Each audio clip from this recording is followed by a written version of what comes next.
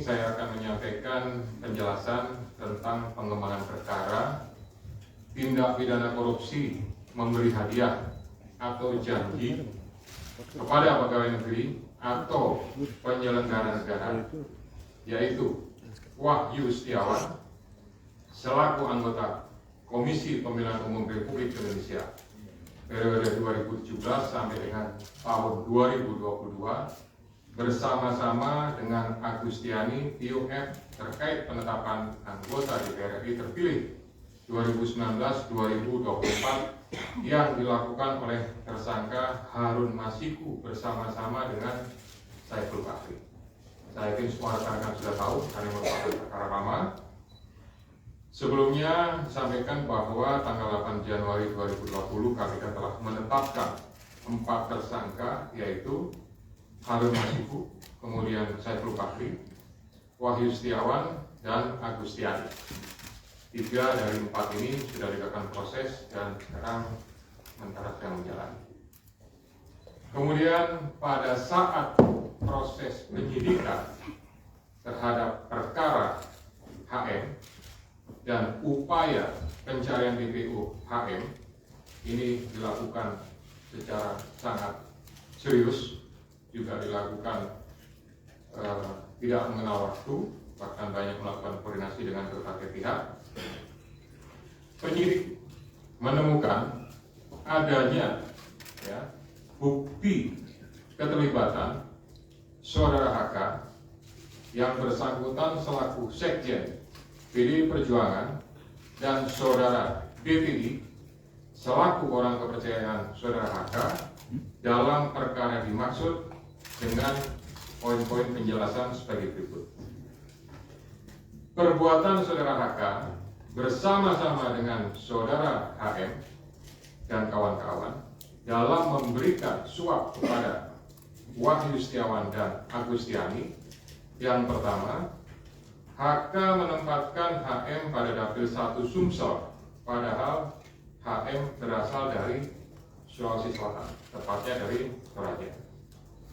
Kemudian yang kedua, bahwa dalam proses pemilihan legislatif tahun 2019, ternyata HM hanya mendapatkan suap sebanyak 5.878, sedangkan caleg atas nama Rizky Aprilia mendapatkan suara sebanyak 44.402. Kemudian seharusnya memperoleh suara dari saudara Nasaruddin Kemas, ini almarhum pada saat itu meninggal. Ini adalah saudari Rizky Aprilia, karena aturan seperti itu saat itu. Namun ada upaya-upaya dari saudara HK untuk berusaha memenangkan HM melalui beberapa upaya-upaya, antara lain saudara HK mengajukan judicial review kepada Mahkamah Agung, kemudian menandatangani surat yang bernomor 2576 tertanggal 5 Agustus 2019 perihal permohonan pelaksanaan putusan judicial review. Keempat, setelah ada putusan dari MA, KPU tidak mau melaksanakan putusan tersebut. Oleh sebab itu, saudara HK meminta fatwa kepada MA. Selain upaya-upaya tersebut, saudara HK secara paralel mengupayakan agar saudari Rizky mau mengundurkan diri untuk diganti dengan saudara HM. Namun upaya tersebut ditolak oleh saudari Rizky Aprilia. Saudara HK juga pernah memerintahkan Saiful Bahri untuk menemui Rizky Aprilia di Singapura dan meminta mundur. Namun hal tersebut juga ditolak oleh saudari Rizky Aprilia. Bahkan surat undangan pelantikan sebagai anggota DPR atas nama Rizky Aprilia ditahan oleh saudara HK dan meminta saudari Rizky untuk mundur setelah pelantikan. Oleh karenanya, upaya-upaya tersebut belum berhasil, maka saudara HK bekerja sama dengan saudara Harun Masiku, kemudian saudara Saiful Bahri dan saudara Hati BPI melakukan upaya penyuapan kepada Wahyu Setiawan dan Agustinus Tio di mana diketahui Wahyu merupakan kader dari partai yang menjadi komisioner di KPU.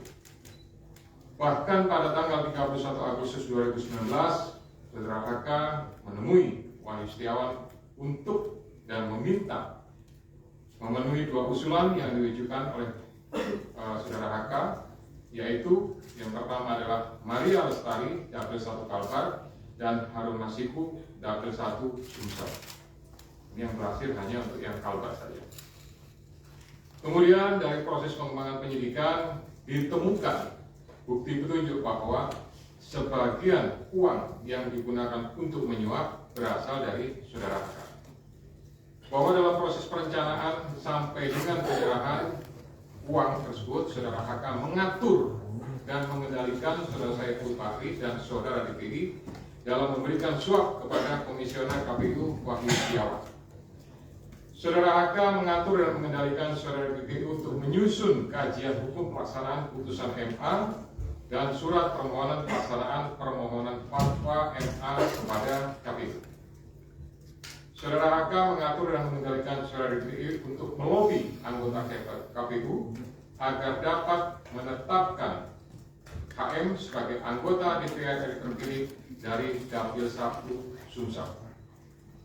Saudara HK mengatur dan mengendalikan Saudara DPI untuk aktif mengambil dan mengantarkan uang suap untuk diserahkan kepada Komisioner KPU melalui PIL. Kemudian Saudara HK bersama-sama dengan HM, kemudian Saiful Bahri dan DPI melakukan penyuapan terhadap Wahyu Setiawan, jumlahnya sama dengan penjelasan pada penanganan kasus sebelumnya. Atas perbuatan Saudara HK tersebut, KPK selanjutnya melakukan proses ekspos dan lain-lain dan akhirnya menerbitkan surat perintah penyidikan bernomor Sprindik /153 /000001 12/2024 tanggal 23 Desember 2024 dengan uraian penyidikan perkara dugaan tindak pidana korupsi yang dilakukan oleh tersangka HK bersama-sama dengan Harun Masiku dan kawan-kawan berupa pemberian sesuatu hadiah atau janji kepada Wahyu Setiawan selaku anggota Komisi Pemilihan Umum Republik Indonesia periode 2017 sampai dengan 2022 bersama-sama dengan Agustiani TUF terkait penetapan anggota DPR RI terpilih 2019-2024 sebagaimana dimaksud pasal 5 ayat 1 huruf A atau pasal 5 ayat 1 huruf B atau pasal 13 Undang-Undang Nomor 31 Tahun 1999 tentang pemberantasan tindak pidana korupsi sebagaimana telah diubah dengan Undang-Undang Nomor 20 Tahun 2001 tentang perubahan atas Undang-Undang Nomor 31 Tahun 1999 tentang pemberantasan tindak pidana korupsi yaitu pasal 55 ayat 1 ke 1 KUH pidana. Atas perbuatan Saudara DPI tersebut, KPK mengeluarkan surat perintah penyidikan nomor Sprindik 154 DIP 0001/12/2024 tanggal 23 Desember 2024 dengan uraian sebagai berikut. Penyidikan perkara dugaan tindak pidana korupsi yang dilakukan oleh tersangka DPI bersama-sama dengan Harun Masiku dan kawan-kawan berupa pemberian sesuatu hadiah atau janji kepada Wahyu Setiawan selaku anggota Komisi Pemilihan Umum bersama-sama dengan Agustiani TUF terkait penetapan anggota DPR RI terpilih 2019-2024 sebagaimana dimaksud pada pasal 5 ayat 1 huruf A atau pasal 5 ayat 1 huruf B atau pasal 13 Undang-Undang Nomor 31 Tahun 99 tentang pemberantasan tindak pidana korupsi sebagaimana telah dirubah dengan Undang-Undang Nomor 20 Tahun 2001 tentang perubahan atas Undang-Undang Nomor 31 Tahun 99 tentang pemberantasan tindak pidana korupsi junto pasal 55 ayat 1 ke 1 KUH pidana. Selain perbuatan tersebut di atas, Saudara HK diketahui dan diduga melakukan perbuatan tindak pidana lain sebagai berikut. Bahwa pada tanggal 8 Januari 2020 pada saat proses tangkap tangan oleh KPK, Saudara HK memerintahkan salah satu pegawainya di Jalan Sultan Syahrir yang biasa digunakan sebagai kantor untuk menelpon kepada HM dan memerintahkan supaya merendam HP dalam air dan segera melarikan diri. Bahwa pada tanggal 6 Juni 2024, sebelum Saudara HK diperiksa sebagai saksi oleh KPK, Saudara HK memerintahkan kepada salah satu pegawainya untuk menenggelamkan HP yang dalam penguasaan pegawai tersebut agar tidak ditemukan oleh KPK. Saudara HK mengumpulkan beberapa saksi terkait dengan perkara HM dan mengarahkan, memberikan doktrin, memberikan tekanan agar saksi tidak memberikan keterangan yang sebenarnya, tidak melebar, dan tidak memberikan keterangan yang memojokkan kepada yang bersangkutan. Atas perbuatan Saudara HK tersebut, KPK mengeluarkan surat perintah penyidikan nomor sprindik 152 0001/12/2024 tanggal 23 Desember 2024 dengan uraian penyidikan perkara dugaan tindak pidana korupsi yang dilakukan oleh tersangka HK dan kawan-kawan, yaitu dengan sengaja mencegah, merintangi, atau menggagalkan secara langsung atau tidak langsung penyidikan perkara dugaan tindak pidana korupsi terkait penetapan anggota DPR RI terpilih 2019-2024 yang dilakukan oleh tersangka HM bersama-sama dengan Sengkur Bakri berupa pemberian sesuatu hadiah atau janji kepada pegawai negeri atau penyelenggara negara, yaitu Wahyu Setiawan selaku anggota Komisi Pemilihan Umum Republik Indonesia periode 2017-2024 bersama-sama dengan Agustiani Tio F sebagaimana dimaksud dalam pasal 21 Undang-Undang Nomor 31 Tahun 99 tentang pemberantasan tindak pidana korupsi sebagaimana telah diubah dengan Undang-Undang Nomor 20 Tahun 2001 tentang perubahan atas Undang-Undang Nomor 31 Tahun 1999 tentang pemberantasan tindak pidana korupsi junto pasal 55 ayat 1 ke 1 KUH pidana. Demikian rekan-rekan media semua yang dapat kami jelaskan pada sore hari ini. Saya didampingi dengan Direktur Penyidikan Pak Asep. Ya, selanjutnya saya kembalikan kepada Pak Jubir, Pak Desa untuk pengaturan diskusi pada pelaksanaan konferensi pers sore ini. Terima kasih. Assalamualaikum warahmatullahi wabarakatuh. Baik, terima kasih banyak untuk Pak Ketua. Selanjutnya kita persilakan sesi pertama terlebih dahulu 3 penanya untuk perkara yang baru saja dipaparkan, ya, keluar dari perkara yang baru saja dipaparkan. Silakan, Mas Chandra dulu. Saya Chandra dari Komunitas di PCA mau nanya, kenapa baru sekarang Hasto ditetapkan sebagai tersangka? Padahal kalau dari penjelasan Pak Setio tadi jelas banget keterlibatan itu sudah diketahui dari kas OTT. Kenapa baru setelah 5 tahun dia ditetapkan sebagai tersangka? Terus sebelumnya Pak, kalau menurut kami ini adalah intimidasi dari Ketua Umum PDIP Megawati Soekarno Putri yang bilang kalau Hasto ditahan atau ditangkap oleh KPK dia akan datang ke sini. Bagaimana KPK menanggapi itu dan apakah KPK melihat itu bagian dari intimidasi dari Ketua Umum PDIP? Terus yang ketiga, kalau dari penjelasan Pak Setio tadi berarti sangat rinci keterlibatan Hasto. Nah, seharusnya kasus ini udah lama, kapan Hasto bakal ditahan? Karena terlihat sangat rinci gitu perkaranya. Katanya. Terima kasih, selamat sore Pak. Saya Yuyun dari forumkeadilan.com. Paling menambahkan pertanyaan dari Pak Chandra tadi soal penetapan Hasto sebagai tersangkanya, apa ada kaitannya dengan politisasi gitu Pak, karena jubir PDIP itu pernah mengeluarkan statement yang katanya berkaitan dengan Kongres PDIP tahun 2025. Ada pihak-pihak yang berusaha mengganggu jalannya Kongres tersebut. Apakah ada sangkutan politisasinya Pak? Terima kasih. Satu lagi. Siapa? Iya. Tadi siapa? Farma? Yeyen. Yeyen dari Forum Keadilan. Oh iya. Oke, lanjut. Selamat sore Pak Setio, Pak Asep, Pak Desa. Perkenalkan saya Rian Pak, dari Indonesia.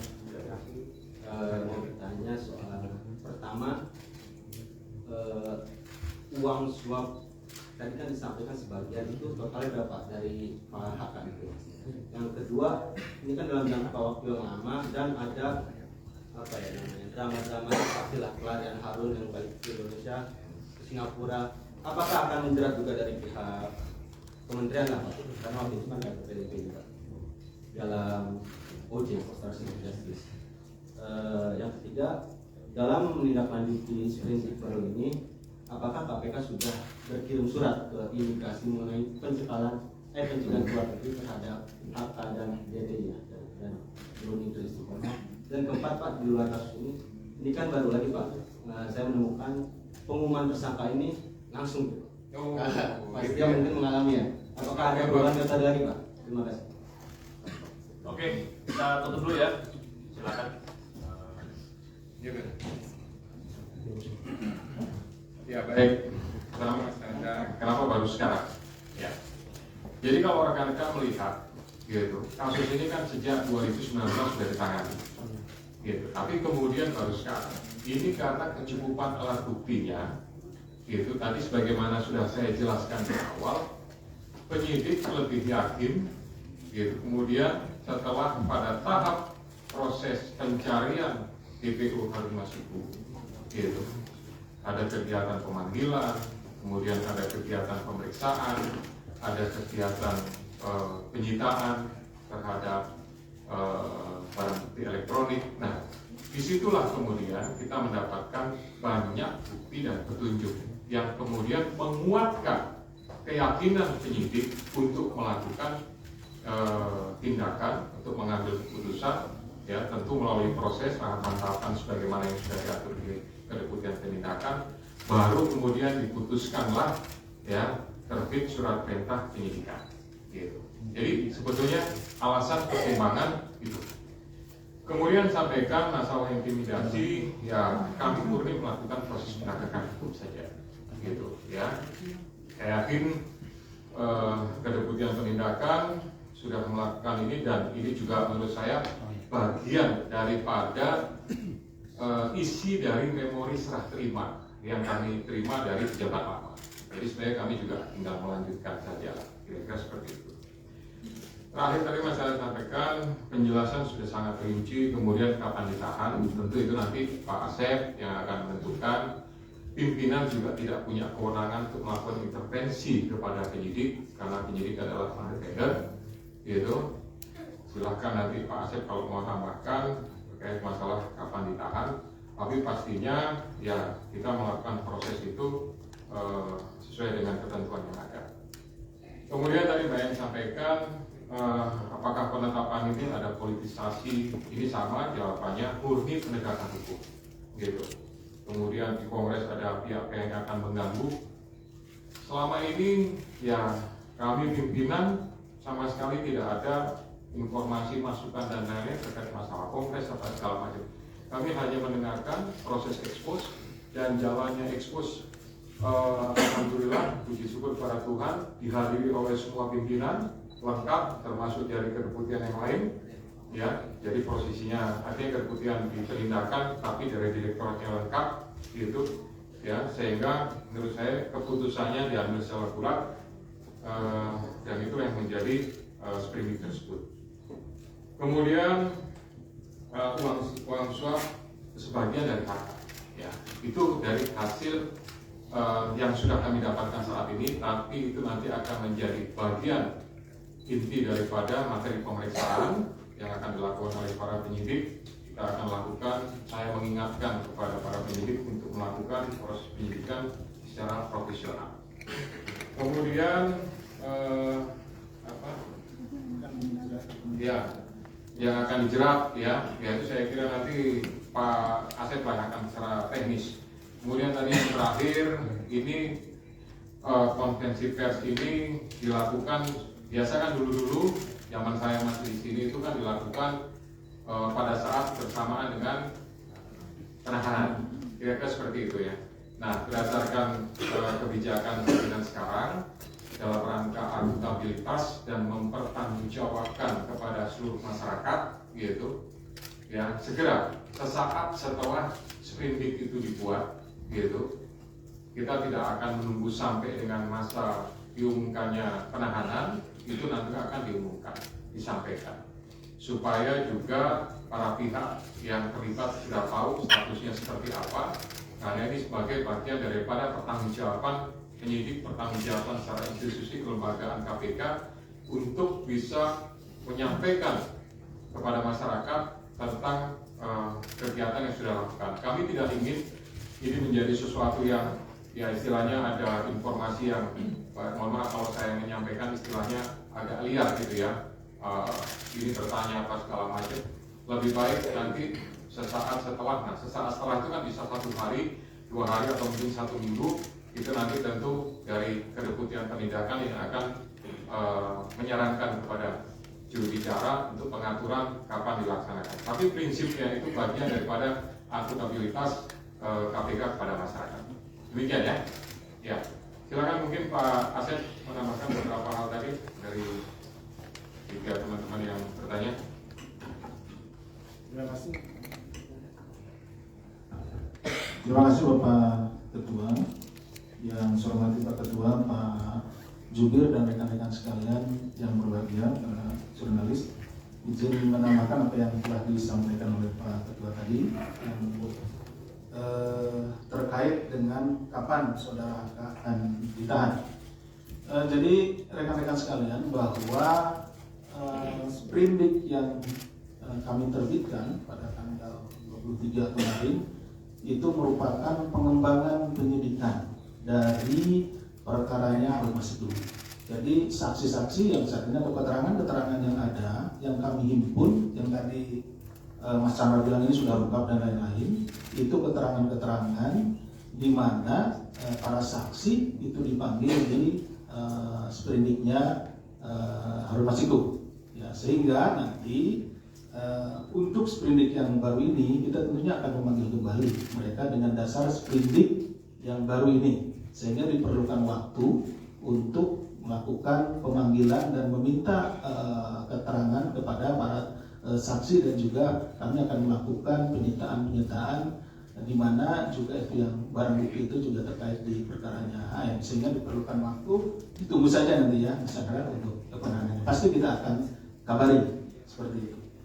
Kemudian terkait juga dengan masalah tadi, apakah dari kementerian dan lain-lain akan dilakukan. Pokoknya seperti yang biasa kita lakukan di dalam penyidikan, kalau ditemukan tindak pidana baru yang dilakukan oleh siapapun itu, ya, maka orang itu harus mempertanggungjawabkannya. Tentunya kita akan melalui proses yang ada di sini, mulai dari jenjang direktorat dilakukan ekspos, kemudian ke kedeputian dan juga ke pimpinan, seperti halnya untuk penetapan tersangka saudara HK pada hari ini. Jadi melalui jenjang yang ada, ini ketika ditemukan, jadi tidak hanya di kementerian, dimanapun jika diketemukan tindak pidana korupsi atau yang berkaitan dengan tindak pidana ini akan kita proses. Kemudian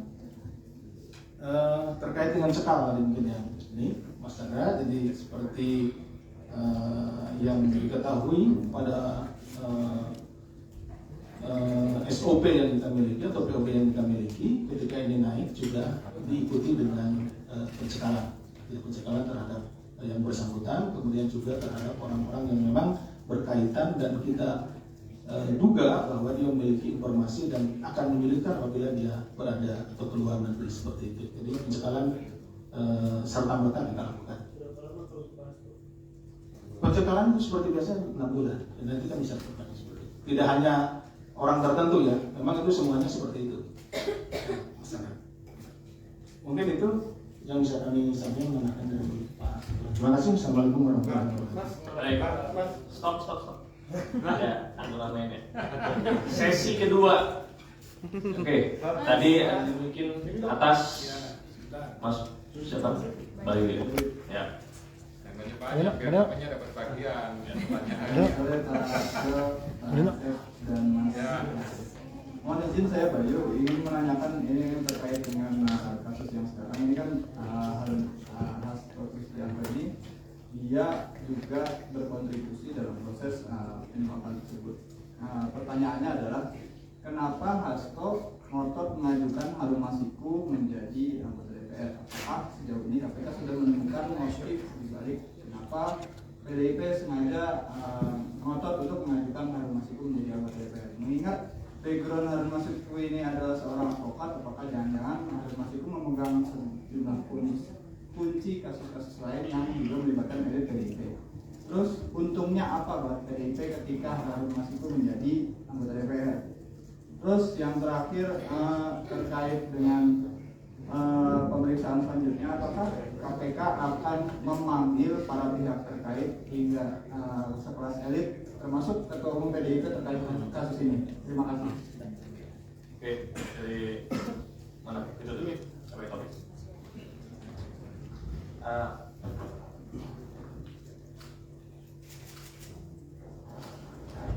Izin Pak Ketua, Mas Desa. Tadi kan kalau nggak salah sempat disebutkan Siapa dari Mas? Oh iya, Fadil dari Detikom. Tadi kalau nggak salah sempat disebutkan bahwa HK ini sempat mengetahui soal OTT. Apakah si HK ini, apakah OTT ini sempat bocor sampai kemudian si HK ini mengetahui adanya OTT tersebut. Kemudian yang kedua, ini kan Harun udah lama banget ya Mas kabur gitu. Nah ini ada peran dari HK juga nggak sih untuk mengatur kepergian Harun ini? Itu aja sih Mas. Makasih. Satu lagi. Ya, selamat sore Pak Ketua, Mas Desa, Pak Asep. Saya Pak dari Kesopras. Satu pertanyaan aja, ini kan tadi penanganan penyidikannya OJT disebutkan ketika OTT terjadi setelah OTT terjadi. Nah, sementara Harun Masiku diketahui kan sudah mundur selama 5 tahun. Apakah juga Hasto ikut terlibat dalam menghilangnya Harun Masiku selama ini? Terima kasih. Sama ya Pak ini. Bersama. Oke, 3 dulu ya. Ya baik, Mas Bayu, terima kasih, pertanyaannya luar biasa. Tapi mohon maaf nih, itu sudah masuk materi pemeriksaan gitu ya. Jadi ya nanti akan didalami, meskipun penyidik sudah memiliki informasi tentang itu, tapi karena sekali lagi itu sudah materi dalam penyidikan, mungkin ya kami mohon maaf tidak menyampaikan tentang hal tersebut ya. Kemudian untuk panggilan-panggilan yang lain, ya tentunya nanti penyidik sesuai dengan kebutuhan, gitu ya. Tidak memaksakan, tapi juga tidak mengandalkan. Pastinya mana yang dibutuhkan, itulah yang akan dilakukan pemeriksaan. Kemudian tadi masalah UTT segala macam, karena prosesnya harus flashback lagi kepada kegiatan di 2019 ya. Nanti semuanya akan kita coba telusuri kembali, gitu, hal-hal apa yang berkaitan, apakah ada informasi, atau ada dugaan-dugaan, atau mungkin mereka hanya dapat selentingan saja. Nah ini kan mungkin dari pihak sana menyampaikan seperti itu, tapi ya nanti mungkin yang bersangkutan sendiri seperti apa, kira-kira gitu ya. Kemudian sama tadi pertanyaannya, gitu, nanti mungkin Pak Dirla silakan untuk memberikan secara teknis jawabannya.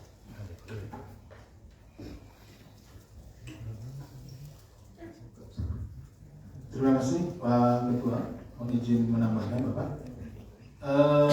Terkait tadi mungkin dan juga pemanggilan-pemanggilan, nanti rekan-rekan bisa monitor karena setiap hari biasa kita umumkan siapa yang akan dipanggil. Rekan-rekan bisa monitor di situ ya. Kemudian juga terkait dengan masalah pembocoran OTT dan juga keterlibatan saudara HK dengan kabulnya saudara AR dan lain-lain, itu sedang kita dalami tentunya. Kan jadi nanti tadi makanya ada pasal, kan ada dua, kalau rekan-rekan menyimak itu ada 2 sprindik ya, untuk saudara HK. Salah satunya adalah pasal 21-nya, itu bisa dilihat karena ini kan juga rekan-rekan dapatannya. Nah di situ ada pasal 21-nya. Nah tentunya di sini yang akan menjadi materi di situ ya. Tadi terkait dengan rekan-rekan apakah ini udah lama, apakah ada keterlibatan dan lain-lainnya, kita akan mendalami di situ. Ya, itu mungkin yang bisa kami tambahkan. Terima kasih. Baik, ada lagi? Belakang.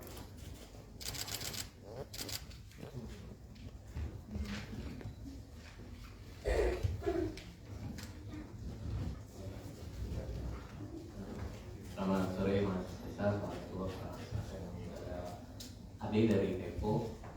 Mau menegaskan aja untuk perkara OJ-nya AK ini, berapa tersangka yang akan melakukan, karena kan kita tahu bahwa kemarin-kemarin juga tim hukumnya PDIP melakukan perlawanan lah ya, melaporkan ke Dewas, terus menggugat ke pra-peradilan dan segala macam gitu. Apakah itu juga menjadi bagian dari upaya perintangan penyidikan dilakukan terhadap AK? Apakah memang KPK melihat ke arah satunya gitu? Mungkin itu aja pertanyaan. Terima kasih. Lagi? Cukup ya? Cukup, terakhir ya, oke. Ya, saya respon sedikit ya. Mas Sobat dari Tempo. Ya, jadi prinsipnya kami berharap bahwa para pihak yang terlibat secara langsung maupun tidak langsung bisa bekerja sama. Kemudian yang lebih penting adalah patuh hukum, ya, tidak memberikan opini-opini yang bersifat kontraproduktif, gitu ya, tidak memberikan sebuah hal-hal yang penilaian-penilaian yang tidak berhubungan dengan pokok perkara. Ya, para pihak tentunya memiliki hak ya sesuai dengan pasal-pasal yang diatur dalam hukum hak. Kalau memang itu silakan digunakan, tapi prinsipnya segala sesuatunya kami melaksanakan proses penegakan hukum ya secara profesional. Kira-kira seperti itu ya. Ya Pak, kasih yang mau tambahkan? Mohon izin menambahkan Pak Ketua. Mas Ade, jadi di pasal obstruction of justice OJ yang dimaksudkan Ya, itu siap disampaikan. Jadi pertama tentu kita akan fokus dulu pada apa yang perbuatan-perbuatannya yang ada dulu. Nanti perkembangannya pasti akan kita sampaikan seperti apa. Nah sekarang sedang kita susun dengan betul-betul karena ini tidak boleh juga kita sembarangan, kita harus benar-benar profesional dalam melakukan ini. Jadi setiap perbuatannya akan kita uji apakah itu memang berkaitan langsung dengan terhalangnya proses penyidikan yang kita lakukan terhadap saudara AM. Jadi nanti itu saja ya.